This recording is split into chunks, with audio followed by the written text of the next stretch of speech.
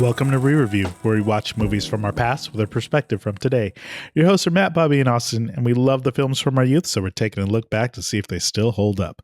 On this episode, we're discussing The Conjuring. It was released in 2013, directed by James WAM, stars Patrick Wilson, Vera Farmiga, and Ron Livingston. This movie makes me uncomfortable. Now, this is a fair warning. We're spoiling an 11-year-old movie, so if you haven't seen it, we will be revealing key plot points. You know, it's the most wonderful time of the year. It's that time where people dress up. Kids go back to school? Is that it? They eat a lot of candy. There's so much festivus and excitement for good old Halloween. And one of the traditions around that is to just watch scary movies. In fact, we've done that before as a unit, as a team, watching movies that are theoretically scary. And you know what I have to say? This movie is scarier than those. And I don't like that it is scarier than those. There's a lot of things that I don't like about it. And what really concerns me is that there are scarier things to watch based on what you're saying. This is hitting a threshold. God damn you, Matthew. God damn you. Nope. I mean, like this is the thing that I think is most interesting about Halloween and horror movies in general is I think there's always thresholds and there's different levels that people can handle. Like me personally, I'm not a fan of body horror. Mutilation, lots of gore, especially whenever it's gratuitous. Not that it scares me, that I'm just like, it just makes me uncomfortable. I don't really like watching it. It doesn't really do much for me. Right. Scary movies, not too often am I scared while watching movies. As an adult, as a child, Child's Play terrified me. Candyman, F that. No, I totally get that bad. This movie I watched in theaters, and there were a lot of moments where I did become uncomfortable. A couple of jump scares that did get me, a couple that didn't. I think some of them don't land as well as I think they probably thought they would. I will give this movie credit. There's not too many false jump scares. Like I feel like, especially modern horror movie, there's usually like something where, there'll be a loud sound / music cue. Yeah. And it's just a bunch of kids riding by on their bicycle, right? Right. Like it's supposed to throw you off. And like, yeah, there's some that aren't actual monsters or whatever. Sometimes it's like, it's the daughter jumping out or whatever. But the false jump scares are pretty minimum in this franchise, at least the first two movies. So whenever there is a scare, it's usually a scare. I will say this movie has probably one of the best scares that's ruined by ADR, and I don't know why they did it. Which one are you referring to? The cellar and the hand claps, because like they actually showed it in the trailer, if I remember correctly. Really? Yeah, I know, really dumb. I hate when they do that. But so you have this whole tense moment building, and then out from the darkness you get hand claps, which would have been amazing. But for whatever reason, they decided to precede it with, "You want to play Clap and Hide?" or whatever it was. Like basically prepping you for it. Mm-hmm. And I'm like, it was so unnecessary. It would have been such a great moment to be silent. You already knew the concept of the game. Yeah, like it's not like it was like we didn't know where the hand clap, because we've seen the demon whatever hand clap at least once before out of the clothes, like the closet or whatever. The wardrobe. Yeah, it would have been like there was no reason for it. It was such a great scary moment ruined by that. Like the ADR kind of pulled me out of it sometimes, even more so watching it this time. So is the idea that the ghost was just trying to screw with them to do the claps? Well, I mean, or is it the kid playing? Okay, some of that is true. Some of it is the kid playing, but I do think that the one thing I love about this movie is they do try to establish the rules of this world and why, like, because it's always quite like if you ever watch a scary movie, you always ask yourself, well, like, why are they intentionally trying to do things that are scary, right? It's like I think I saw the other day, like, everyone always makes fun of like a Michael Myers Halloween movie, like whenever the people aren't looking, and then you see him like mad dashing to get to the other side of the to the house or whatever, so he can do the jump scare. it doesn't really make much sense why ghosts would go out of the way to scare people. This one, they established that the whole point of it is to mentally bring you down, to make you more culpable for being possessed. Like, it's literally terrorizing you, so your mental well-being is great. Okay, I don't think I. They was during one of the college scenes where like, oh, there's 3 stages or whatever. They, you know, and so there, you know, there's infestation. Oh, right. And then Okay. like, so it. All I saw with that was like the really like the too nice handwriting that looks like a prop person wrote it. I don't like know what the words say, but that handwriting. An art department person wrote that. It's like, I appreciate the setup of the world and why this kind of stuff happens, because frankly, most horror movies, I'm like, I don't understand why this ghost is spending so much time trying to scare somebody. Like, just murder them or something if that's what you're gonna do. Yeah, I mean that's I have that problem. I have that problem with some of these movies too. It's like, just get it over with. Just die already. I feel like you've echoed that before. You have. I have. Like, just get to the point. Yeah. I don't like it's the tension part that bugs me. Like, and this movie, like the first half of it was a lot of like tension buildup, and for me, and it's like it dragged for me because I was like, oh man, I don't like this. Just get to it. And then once it got to it, the movie like really ramped in enjoyment for me personally. I was like, all right, like the ghosts are all out. Now there's not going to be any more ghosts jumping out from windows or doing whatever. Now it's actually happening. And I enjoyed that part of it. I do want to point out the specificity of you calling them ghosts. Yeah, I don't know what to call them. Demons, I guess. Kind of like malevolent spirits. All right. What did they called them something in the movie? I wasn't paying attention. What'd they call them? Like, they called them something. Oh boy. How much does I'm still coming down from the high. That was my poor body freaking out.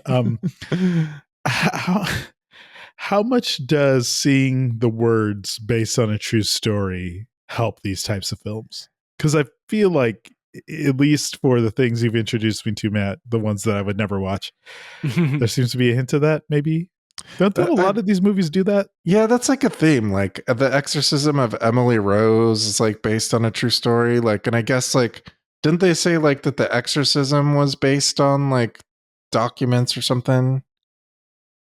I think it's for the same reason why found footage movies were so popular. A hint of realism always makes things scarier. Right.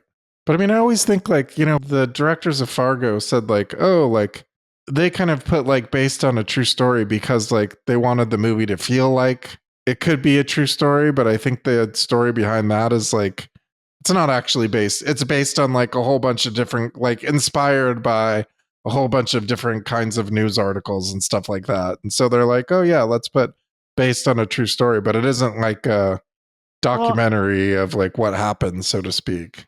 I mean, to be fair to this story, and the whole, whatever, I don't want to call it mythos, but the entire thing about Ed and Lorraine Warren or whatever is they were real people.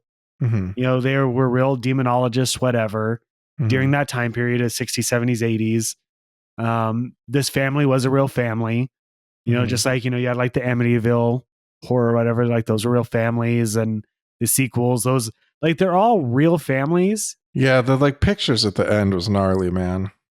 But this is where it's like, you know, back to your question also, like if I ever see that, I tend to dislike it more whenever I see that, because I feel like, you know, it's so in this movie, obviously there's photographs and videos and stuff taken during the events.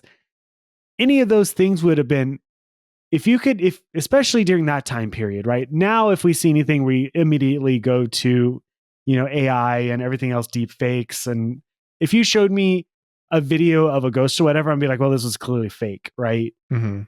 You could show me, you know, Bigfoot, aliens, whatever. I'd be like, 99% chance this is fake or whatever. Mm-hmm. During that time period, you know, this is pre-Star Wars. This is pre like a lot of like, I mean, yeah, they still had effects in movies during that time period or whatever, but if somebody took that 8mm reel and distribute it, like how could you doubt demons and ghosts at that point? Sure. Yeah. So, at this point, I kind of want to see the version of The Conjuring where it's a, conspiracy by the church to hide all of it, right? Right. I mean, one of the things for me is I've never heard of this before, and I've been a church going person my entire life, and like maybe like this is not something they talk about at church, but like I've never heard of these kinds of things. Like, I mean, I've heard of, they don't talk about exorcism at church, spoiler alert, if you don't go to church. Like, I was hoping it was going to build to that. Damn it. All right. Well, I'm out there and I'm going to. I mean, maybe you can go to some weird church and they'll have a class or whatever, but I've never seen it. It is it's funny because it is one of those things where it's like, as involved, especially like if you watch these kind of movies, obviously these movies very much depend on that whole ecosystem, because you ignore the Jason Voorhees and the Freddy Kruegers or whatever, and you watch these kind of movies, which there's a whole like bundle of movies about possessions and exorcisms and everything else. I mean, you have Poltergeist and Exorcism and like literally this whole collection of movies that fall into this genre. But you're right, as far as religion goes, they don't really bring that kind of stuff up. And I don't know if maybe it kind of ties into something that was said later in this movie where they were hesitant about getting involved because, and I think they do it in the sequel, they specifically bring it up, they don't want it to be tied to fraud, or because it delegitimizes the religion in a way. Yeah, if all of a sudden they're tied to something that's proven as fake, right? Yeah, that's why I was wondering, like, okay, so I'm the logistics guy, right? Like, that's why I was wondering, like, are they charging for the service? Like, how does it work? And we talked about that where you think the church, like, kind of pays for it, but, like, it seems kind of the thing, like, oh, like, you're trying to sell your book or whatever, right? Like, it kind of devalues it, I think, like, if there's some kind of monetary aspect behind it. It's something that was brought up in the sequel where they kind of accused them of being just like, looking for attention and glory, right? Right. Charlatans. Yeah. I mean, to be fair, like, so if you look at it from the religious point of view, if the church isn't there to do stuff about this kind of thing, then what are they even there for at that point? Literally, right. I would think that this is the whole reason why you have a whole like this is right up your alley. Like, it's, because you do have the whole premise of this movie where you have, an everyday family, right? Literally, it's like a salt of the earth family, right? Mm-hmm. They're not, highly, I don't want it to come off bad. They're not like, elites or anything like that. They're, the dad's a truck driver, stay-at-home mom. There's like, what was it, like 5 or 6 daughters or something in this family? So it's supposed to be like the every person family, right? Like that's really kind of trying for a boy. Well, yeah, it probably was. Like you have this, like the sequel too. They're like, these aren't rich people. They're, just everyday people. And this stuff happens to them. And then you have, and this is kind of like the theme with Ed and Lorraine, is they're supposed to be like, they're actually good people, right? Mm-hmm. They're actually there because they want to protect the families. They want to, aid them as much as they can. I like that they showed that kind of stuff. I liked them showing like fixing the car and all that kind of stuff. It kind of like, to me, was like world building, like relationship building, and not just like, let's talk about the stuff, the exorcism stuff the whole time. Let's kind of show other stuff too. And to their credit, within the story, that's kind of like, they're like, you kind of have to not focus on that stuff. Like the more you let it bring you down, the more it's winning, right? Right. Yeah, I mean, I do like that they kind of set up rules. Even though I didn't like pay attention to some of them, like I like the rules that they did where it was like, okay, like because like as it goes on, it's like, oh, okay, like it just doesn't seem like just a bunch of random stuff happening. There was thought behind it, and I appreciate that. Thinking of the nemesis, ultimately the idea behind it is that was a Salem witch, right? Yeah. No, she's related to, or the sister of. No, you're right. Mary, whatever. This is, I I do find it hilarious. Her name was Bathsheba. Yes. So like is the whole play on that or whatever. But yeah, no, she was just related to the Salem witch trials which I don't think they've actually covered the Salem witch stuff yet in this franchise. So there's that. I mean, I guess this is as close as they might get, but yeah, I just thinking of how they set up the history and thinking of the character as a whole. Ultimately, we learn that. Wait, did she kill her own kid? Or yes. she only likes to possess people to kill kids? No, so so the whole premise of it was, it's kind of funny because if you think about it, you could almost view this as like a real estate movie. So like she was married, she was married to a guy. She got pregnant. She had a kid, and I think they said within either 7 hours, 7 days, something like that. 7 days, I thought. Sacrificed the baby. And the news, but she wasn't a witch. No, they did say that she was a witch. She was a witch because they called her that several times. Okay, so she was following in her family footsteps. Yeah, correct. They said something like she wanted to please Satan or whatever by offering a sacrifice. Yeah, okay. I was just trying to get back like the witch part in. Well, it's funny when you really think about it because this movie opens with Annabelle, and they specifically call it the fact that it's not a ghost because that was the whole thing. It was supposed to be like a trick that it was a little girl named Annabelle, and we felt sorry for her. Blah blah blah. Turns out it was a demon. None of the stuff in this one was a demon. It was actually a living person that was a witch that worshipped Satan or whatever, that sacrificed the kid, that then hung herself after saying, "Keep off my land," and then hung herself. For whatever reason, that's where she drew the line. It wasn't like, fuck you all guys. She was like, stay off my land, and for whatever reason, the swampland was prime real estate, I guess. So like, are you happy if no one comes on your land and you're just like, just chilling in your swampy, stanky state? Right. That seems to be like a theme. I mean, and I understand because like usually that's the, I grew up on Unsolved Mysteries as a show, which that theme song at night by myself in my house. Oh, little Matt was terrified. I guarantee you. You would always see the stories where, because like generally speaking, whenever it comes to ghosts, it seems like they're generally attached to a location. The location where they die, location where there was like, lots of memories that, whatever, or if that's where like they were abused or something, something that might have made that location significant to them.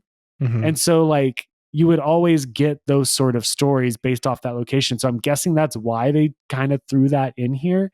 Because then my question was like, well, what happened to the husband after all that? Did he just like, he's like skedaddled afterwards, like F this? Did he live the rest of his life in that house?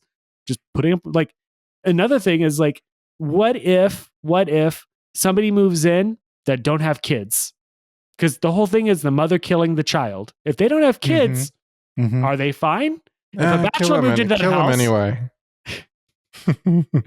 Well, he's like, she just goes, well, you were a kid at some point. Yeah, I know, right? Like, I know, like, she'll just wait for like that person's mom to come visit and to possess the mom and then have them kill the owner of it. Because like, this is where introducing rules and stuff kind of throws me off, because then I start going down this rabbit hole of like, well, how deep do the rules go? But it is just a horror movie at the end of the day, and it's just supposed to scare you and sell popcorn. So would you call this, again, because I would never say that I'm the experienced one here, does this feel formulaic to you?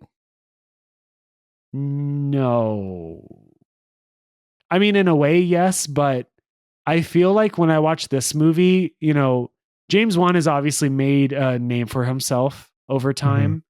I mean, obviously he started with the Saw franchise, which I love. What was his name? Leah, the co-director or whatever, the co-creator of Saw, was in the audience asking the question to the Warrens. Oh, awesome. Okay. So it was cool seeing him there. And then obviously, he did Saw, he did the first two Conjuring movies. So he has a pedigree in horror movies. He's kind of become like this generation's, Hitchcock and stuff like that. Whenever it comes to that, I think that it was refreshing in a way.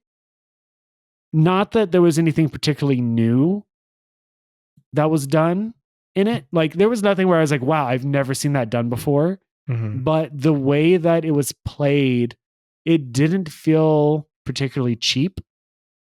The way that it was done, like it didn't feel like any of the scares weren't earned for the most part. And there was, I think we talked about it a couple times, like The cinematography in it was really good. There's a lot of interesting camera work. The sound design was really good. The music was really good. That fucking title sequence when it first starts, watching that in the theater, that J just went on forever, and I got so uncomfortable watching it that first time. I think that horror movies have lasting power, but they've never really had the sort of status that like drama has or adventure has in a way. But it also gives you freedom as a director if you're really into it. I like the transparency stuff at the very end. I thought that was fun. I'm sure some people are going to be like, I don't know what this is. The transparency, like the credits. Kind of showing like, oh, well, this is okay. Yeah. But I also did like the cinematography a lot. Like I thought that, you know, I mean, sometimes you could, I mean, it was essentially like a one location movie. Like they did go to various other places, but the majority of it takes place in the house. And I mean, it is an interesting house, but you know, like I feel like it could get like repetitive and boring, but there was a lot of really interesting shots. And there were some shots in particular where I was like, oh, wow, that was really cool. And then there was a few that like kind of like the zoom shot. Like I know it was like supposed to be like the 70s or whatever. And maybe that's why they had the zoom shot. And of course, like they did the Hitchcock rack, you know, which is a shot where you dolly in and zoom out, or vice versa, dolly out and zoom in at the same time to kind of do like a parallax effect, which is in like a whole bunch of movies, like most famously in Jaws.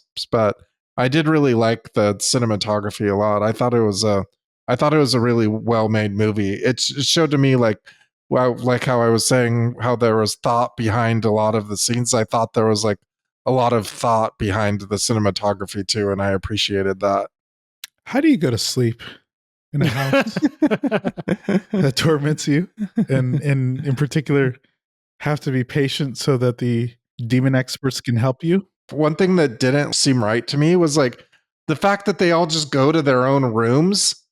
Like it really seemed to me like at one point they would all just huddle in one room all together, right? Like they did. Why would they separate themselves continuously? Like, why is this happening when only one of them is like around? It's like, no, like be together. Stop doing this. Because the men in the control room are turning the little knobs, putting gas into the room that's making them make illogical decisions to stay separate. We've seen Cabin in the Woods. We know how this works, guys. Come on. Because I really appreciate that. It makes me feel much better about this movie, putting it into the context of being in the Cabin in the Woods universe. Where's the two-way mirror? I think I saw it. It makes it seem so much better. Like, okay, bring out the demon. Bring out the demon. She's by herself. Movies from now on, it's all in the Cabin in the Woods universe. For sure, it definitely is. Oh. That feels so much better. You have no idea. Yes. Why? Huddle up is absolutely the way to go. I'm in that living room, understanding the rules of they can't leave the house. And I'm not going back to those bedrooms. It's like I have a small child. You couldn't get that small child in that bedroom if you tried. Like it just doesn't play real to me at that point. Like I just don't see like how it would work. And that's, I think, where I was asking Matt if there's a element of it being formulaic, or is that really more of a horror movie trope? I think compared to the other things we've watched, and you made a comment along the lines of not favoring the kind of possession type movies. Are these some of the things that would fall under a reason why? Because they have to put the characters back in the same situation. Well, yeah, it's like making mistakes. Like somebody has to make a mistake for something to happen. I will give this movie, and maybe I'm looking too deep into it or whatever, but I think that to this movie's credit, why would that happen because I mean, there's at least we'll say 2 or 3 instances before the major instance that happens that just convinces them like shit is actually going down. One, they're not a particularly religious family. This is during a time period where there's only 3 channels on TV. There's not a lot of information spread. Ghost stories are just folk tales that people usually tell each other. So their connection to, you know, the superstitious, whatever, is probably pretty limited, right? I mean, like, I can't remember, did even Halloween, like the way we treated it here in the US, even exist at that point? Probably not. Well, how did she find out about the lecture That is a good question. They kind of probably cut that part out. I'm guessing maybe there's a scene where she's talking to a neighbor or saw on TV, maybe, them doing an interview or something. I was like, oh, right, or like these read are the in a people. newspaper or something? But I think that first off, there's an element of, are you going crazy or is there actually a ghost? Right. Right. I think there's always going to be your initial, like if you're laying in your bed and you hear a sound, do you automatically go to, this place is haunted? Yeah. I appreciate it. Yeah, you do. No, I appreciated that they really like truncated that part. Like, like they showed like, oh, like the radiators, but like I appreciated that they kind of rushed past that part of like, I don't believe it, to like actually being that. Cause I mean, in other movies, like it could have been like a lot of like, we don't believe you, we don't believe you, we don't believe you. And then like, there's the whole part of like, the unbelieving person sees the ghost and it's like, see, told you the whole time, like, and I feel like that happens a lot, and that's the formulaic thing in movies a lot. Oh, without a doubt. I think that it does at least help inform why they do a lot of the stuff that they do in this movie, especially the dad, because it seems like the dad wasn't really attacked during this. Right. I mean, it helped that the chick was like the Jedi clairvoyant. Like, well, later she was like, okay, I see it. Well, everything was focused around the women. Oh yeah, right? 100%. But that's pretty typical for that's definitely a cliche in scary movies in general, is like women and children are usually the the targets in these kind of movies or whatever. I don't know if it's just because that like it's projection, where like if there's a woman or a child in the audience, which hopefully there wasn't a child in the audience for this one, they will connect to somebody who's similar to them, and so they're more likely to experience and feel what they do.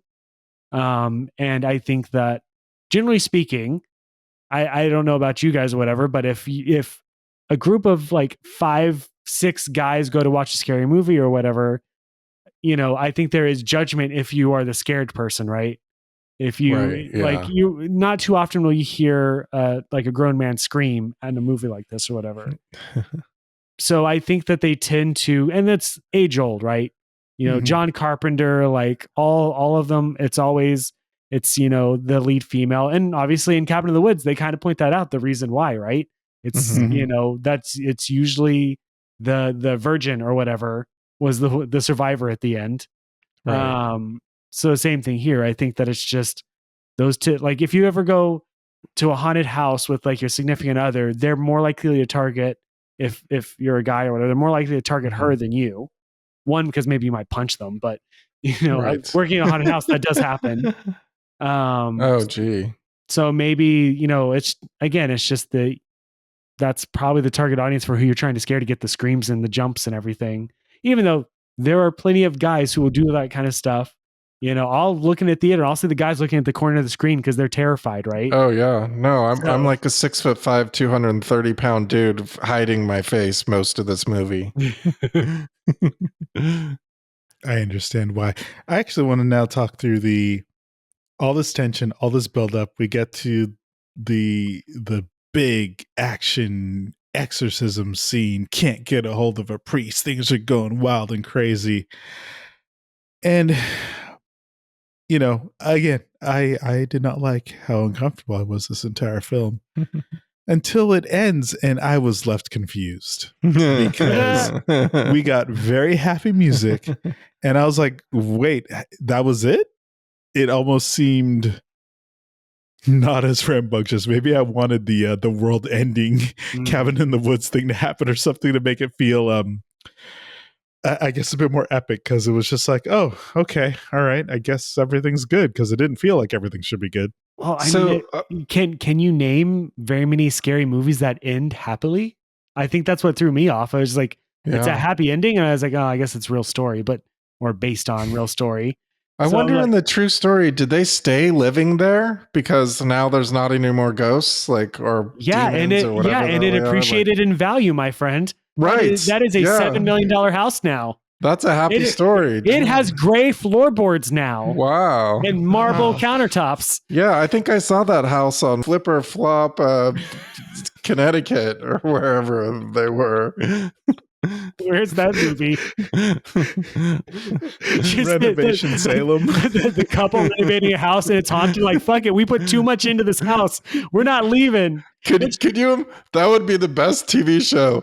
Renovation Salem, where they're like, oh, let's go look at this house. Oh, there was like some multiple witch homicide here like 600 years ago. Let's see if we can make it all pretty now. Even better if that ghost was a designer and every time you move a thing, it moves it to a different side because it disagrees with your choice. Okay, yeah, you just turn it into Beetlejuice, right? That's Oh my gosh. Yeah, I felt like that maybe with all the setup and everything and how much unease I had, that finish confused me to no end, because it just was like, no, clearly it's not over. These movies don't end this way. I'm supposed to get the like, ha ha ha, I'm hiding behind the corner and I'm still here. You got it with the music box thing. That I couldn't see because my screen was too small. Like if you could see anything in it. But it didn't. That music was too happy. I'm sorry. Yeah, no, I think that is the thing that, especially considering like what was going on and then just that particular music. And I remember like specifically sitting in the theater and that scene happens. She walks out. You know, her injuries heal or whatever. Mm-hmm. The sun hits her face. Like, da, da, da, you know, I was confused about why she like Wolverine healed there. The power of the light, I guess. It's so off-putting the way that it ends that way that it kind of ruins it a little bit. Like not a lot, but like a little bit for me. I'm like, I'm so used to there being like the final scare or the whatever. Yeah. I'm glad you feel that way. I think it's time. Bobby, are you recommending The Conjuring? No, don't ever watch this movie ever. No, I'm just kidding. No, I liked it a lot. I mean, I would say like if you're an insane lunatic, you should watch it because like no, it's funny. Earlier today, I was doom scrolling on Instagram or whatever, Twitter or something. And like, I passed by this neat clip of Martin Scorsese, like, and there was like some criticism of horror movies, like they're schlock and they're not real cinema. And he like disagreed and he said, no, like I totally disagree. I think that horror movie is pure cinema and that if you get a really good one, it's the best of what cinema has to offer. And I do think that this movie is up there because I felt like a gamut of emotion, you know, like it's not like a lot of movies that aren't horror. I'm sitting here like, I mean, I'm enjoying them, but I'm not like having such a visceral emotion as I am like with some of these movies. Like this one is like, oh no, what's going to happen? What's going to happen? And I'm not sitting there thinking, oh no, what's going to happen when I'm watching like most of the other movies. So I do recommend it because I think it's a well done movie. It seems well thought out. Is it similar to some other horror movies? Yeah, maybe, but I do think it's a thing worth watching. And you avert thine eyes. Matt, Yes. Do you agree with Scorsese? Well, not all the time, but anything that's on the screen is cinema, if you ask me. But at the same time, I think that this movie is definitely worth watching, especially if you're a fan of the genre. I think that this is, we're at like 11 years now since this came out. It was kind of a breath of fresh air.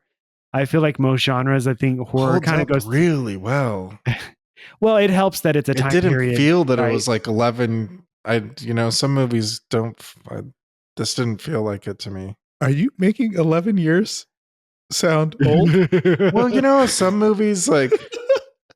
I don't know. Some movies have music that's like, oh, I remember, like Linkin Park starts playing at the end of it. It's like, oh, yeah, this is, that joke about some movies like the Transformers movie, the end, So it didn't have anything that screamed like this is however many years ago to me.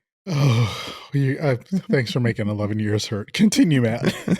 I mean, to his point or whatever, that, you know, if I look at like 2013 and like what movies came out during that time or whatever, you had like The Purge, you had Oculus, you know, Insidious 2, I think came out during that time.